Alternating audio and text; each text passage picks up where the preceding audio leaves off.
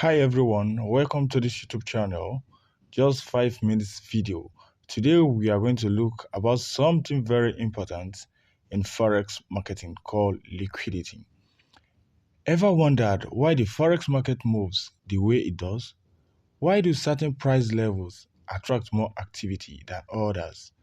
The answer lies in liquidity, the backbone of forex trading. In today's video, we will dive into how you can identify liquidity in forex markets, use it into your advantage, and make smarter trading decisions. Stay tuned. Number one is understanding liquidity in forex marketing. Liquidity in forex refers to how easily a currency pair can be bought or sold without significantly affecting its price. Highly liquidity markets have smaller spreads and smoother price movements, while low liquidity can lead to volatile and slippage. Major currency pairs like euros, USD, JPY, and GBP are the most liquid due to high trading volume. On the other hand, exotic pairs have lower liquidity, leading to wider spreads and unpredictable movements. Number two, key indicators of liquidity. Now, how do we identify liquidity in real time? There are a few key indicators traders use. Number one, let's say A, trading volume. High volume means more liquidity. Though Forex doesn't have a central exchange, brokers provide volume indicators that help gauge activity. B. Order book and market depth. A deep order book with many buyer and sell orders at different price levels indicates high quality liquidity.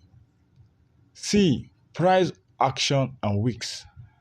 Long wicks on candlestick charts, often significantly liquid, pose where institutions execute orders. D. Liquidity zone.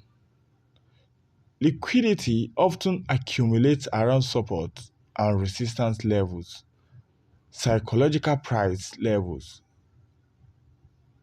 e.g.